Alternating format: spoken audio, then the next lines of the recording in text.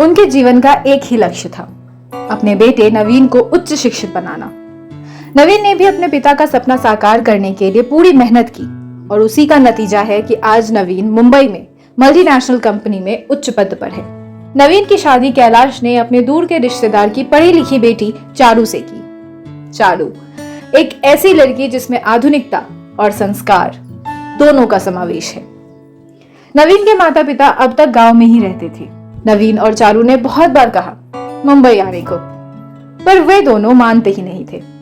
कहते हमारा मन गांव में ही लगता है। नवीन साल में 1-2 बार गांव जाता। वे लोग भी मुंबई आते तो थे, पर ज्यादा समय नहीं रुकते थे। नवीन ने अपने माता पिता के लिए गांव में हर सुविधा का इंतजाम कर दिया था। कोई दिन नहीं जाता जब वो और चारू वीडियो कॉल पर उनसे बात ना करते हों। एक बेटे के जो फर्ज होते हैं उन्हें नवीन बखूबी निभा रहा था।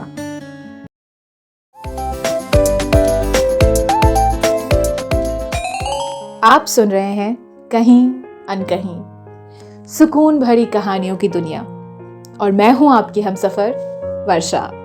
चलिए तो शुरू करते हैं आज का एक नया सफर। पिछले महीने नवीन की मां रात को जो सोई तो फिर सुबह उठी ही नहीं। नवीन और चारू पहली फ्लाइट से गांव पहुंचे। पत्थर बने कैलाश बेटे के स्नेही स्पर्श पा फूट फूट कर रो पड़े। पिता को छोटे बच्चे की तरह अपनी बाहों में भर नवीन ने कलेजे से लगा लिया। एक उम्र में इंसान खुद को कमजोर महसूस करने लगता है। अगर संतान लायक हो तो बुढ़ापे की लाठी बन सहारा देती है, नहीं तो उम्र का ये पड़ाव काटना मुश्किल हो जाता है। नवीन, तेरी मां चली गई। कप कपाती आवाज में इतना बोल अपनी पत्नी के पार्थिव शरीर की ओर देखने लगे। गहरे सदमे में थे। यूं तो जीवन साथी का किसी भी उम्र में जाना कष्टकारी होता है, लेकिन बीतते वक्त के साथ लगाव गहरा, बहुत गहरा होता जाता है। शायद इसीलिए साथी से अलग होने की पीड़ा भी असहनीय होती है।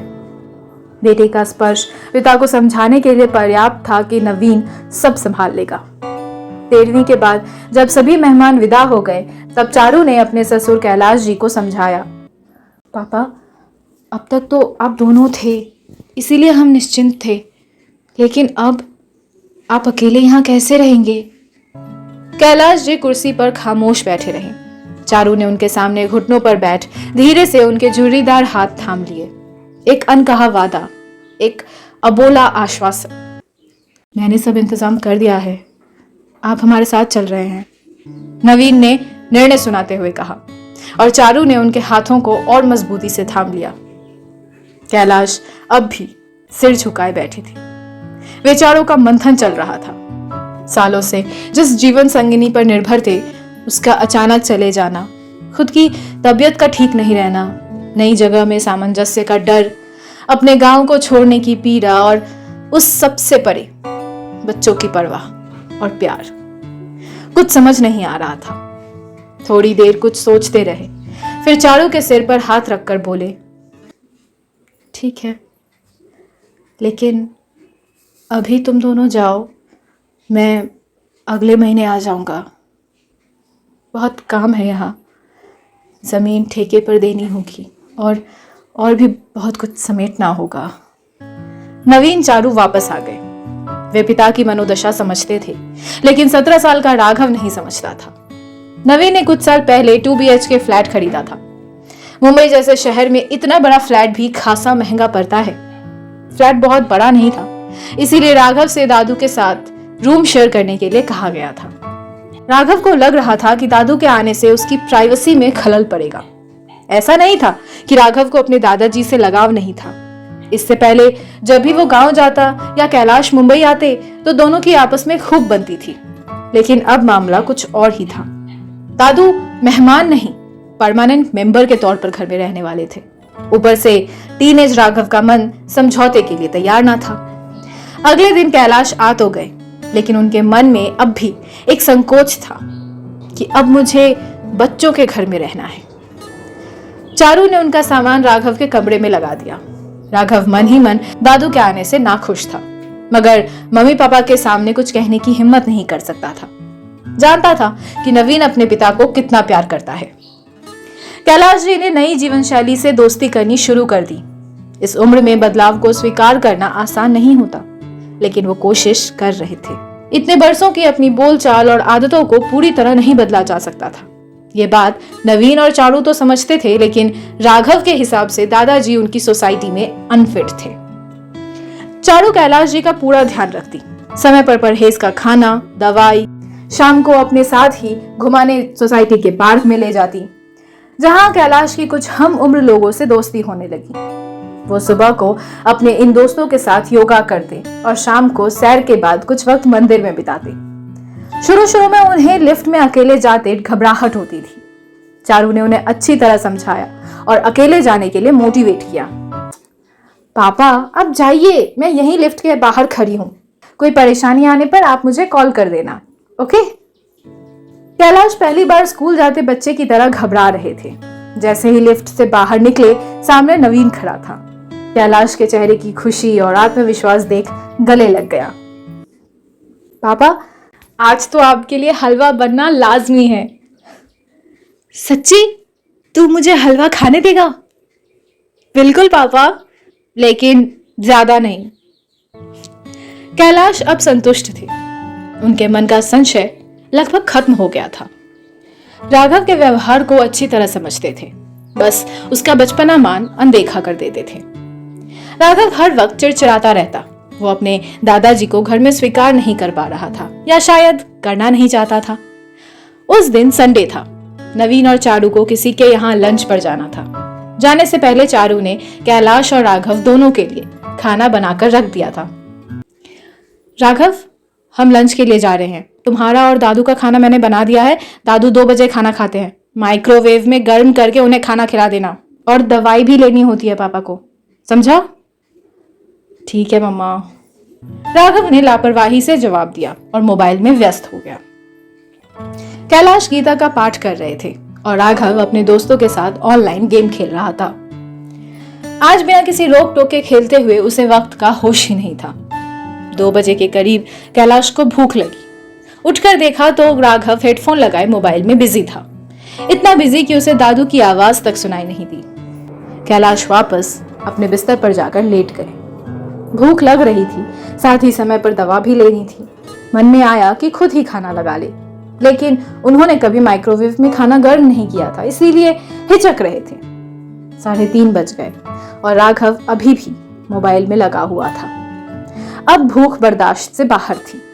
कैलाश उठकर रसोई में गए। कांच के एक बाउल में दाल थी, दूसरे में गोभी मटर की सब्जी। सोचा सिर्फ दाल से रोटी खा लेता हूँ, गर्म करने के लिए तो सोचा ही नहीं। कटोरी में दाल पलटने लगे, न जाने कैसे कांच का बाउल नीचे गिरकर जोरदार आवाज के साथ टूट गया और सारी दाल जमीन पर गिर गई। राघव दौड़कर रसोई में आया और वहां का हाल देख गुस्से से चिल्लाने लगा। ये क्या कर दिया? कुछ करना नहीं आता क्या आपको? जब से आए हो जीना मुश्किल कर रखा है। ना कोई प्राइवेसी छोड़ी है, ना सुख चैन। गवार कहीं के। कैलाश अपराधी से खड़े थे। दाल गिरने से वो घबरा गए थे, ऊपर से राघव का चिल्लाना। निरीह पशु की तरह खामोश खड़े गिरी हुई दाल को देखते हुए मन ही मन खुद को कोस रहे थे। उधर राघव की इतने दिनों से मन में पल रही फ्रस्ट्रेशन बाहर निकल गई थी। उसके चेहरे पर अपने इस व्यवहार के लिए जरा भी शिकन नहीं थी। जैसे ही पीछे पलटा, सामने नवीन और चारू को खड़ा पाया। एक पल को घबरा गया। चारू राघव को धकेल रसोई में घुसी। पापा, पापा आपको लगी तो नहीं ना? आइए आप अंदर बैठिए, मैं आपका खाना लाती हूँ।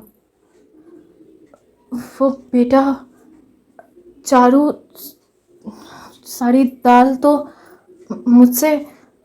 घबराए और अपमानित कैलाश ठीक से अपनी बात कह भी नहीं पा रहे थे। कोई बात नहीं पापा, सब्जी रखी है, मैं उसे गर्म करके आपके लिए खाना लाती हूँ। चारू ने खाना लगाकर पहले कैलाश को खाने दिया और उसके बाद रसोई समेटी। नवीन बिल्कुल खामोश था और चारू ने भी राघव को कुछ नहीं कहा, इसीलिए राघव को लग रहा था कि बात खत्म हो चुकी है। घर में अजीब सी खामोशी पसरी हुई थी। हर किसी के मन में अलग अलग विचार चल रहे थे। रात को डाइनिंग टेबल पर सब इकट्ठा हुए। कैलाश बुझे हुए आहत थे। नवीन भाव शून्य दिख रहा था और चारू कैलाश को नॉर्मल फील करवाने के लिए पूरी कोशिश कर रही थी। वहीं राघव के हिसाब से कुछ हुआ ही नहीं था। कुछ देर बाद नवीन बोला, राघव, तुम कल गांव जा रहे हो। तुम्हारे स्कूल 1 महीने बाद खुलेंगे, तब तक तुम गांव में रहोगे और खेत में काम करोगे। मेरी ठेकेदार से बात हो गई है, वो तुम्हें खेत में काम करने के लिए 1 महीने के पैसे भी देंगे। गांव? क्यों? अब वहां क्या है? दादू भी तो यहीं आ गए हैं। तुम गांव जा रहे हो क्योंकि जो इंसान मेरे पिता का सम्मान नहीं कर सकता, उसके लिए मेरे घर में कोई जगह नहीं है। अब तुम मेरे घर में नहीं रह सकते। तुमने पापा को सही टाइम पर खाना नहीं दिया और ऊपर से उनसे दाल गिरने पर शोर मचा रहे थे, मानो उन्होंने कितनी बड़ी गलती कर दी। इतनी बड़ी तो कोई बात भी नहीं हुई पापा, जो आप मुझे गांव भेज दो। है ही क्या वहां? मिट्टी, गंदगी और गंवार लोग। राघव, अब अगर तुमने जबान से एक भी शब्द गांव और वहां रहने वालों के लिए निकाला तो अच्छा नहीं होगा। अब तक शांति से बात करते नवीन ने गुस्से से तिल मिलाते हुए कहा, जिस आदमी को आज तुमने अपमानित किया है वो मेरे पिता हैं, जिन्हें तुम गवार बता रहे थे। उन्हीं की बदौलत आज यहां डाइनिंग टेबल पर बैठ एसी की ठंडक हवा में पेट भर खाना खा पा रहे हो। तुम्हारे महंगे स्कूल की फीस जा रही है, तुम्हारे शौक पूरे हो रहे हैं। बस कर नवीन, बच्चा है वो, हो गई गलती, जाने दे बेटा। जाने दो? नहीं पापा, अब इतना छोटा नहीं रहा ये। रही बात गलती की, तो इसे अपनी गलती लग ही कहां रही है। इसके हिसाब से इसने कुछ गलत किया ही नहीं। परिवार के सबसे बड़े सदस्य पर चिल्लाकर, मेरे पापा से ऊंची आवाज में बात करके, उन्हें गवार कहकर भी इसने कोई गलती ही नहीं की है। राघव, जिन्हें तुमने आज गवार कहा है ना, उनके पैरों की धूल भी नहीं हो तुम। मैंने देखा है अपने पापा को मेहनत करते, एक एक पैसा जोड़कर मुझे पढ़ाते हुए। कोल्हू के बैल की तरह लगे रहते थे पापा, सिर्फ एक ही धुन थी कि मेरा बेटा पढ़ ले। और आज वही बेटा अपने पिता का अपमान बर्दाश्त कर लेगा, ये तुमने सोच भी कैसे लिया? चारू बिल्कुल खामोश बैठी थी। उसके हाव भाव से साफ पता चल रहा था कि वो नवीन से सहमत है। शायद ये फैसला दोनों ने मिलकर ही लिया था। ये घर मैंने बनाया है, लेकिन इसकी नींव का पत्थर मेरे पापा हैं राघव। उम्र के इस पड़ाव पर ही संतान की जरूरत होती है। आज तुम उनसे ऊंची आवाज में बात कर रहे हो तो कल हमें घर से ही निकाल दोगे। खाना खाकर पैकिंग कर लेना, मैंने ट्रेन की टिकट कटवा दी है तुम्हारी।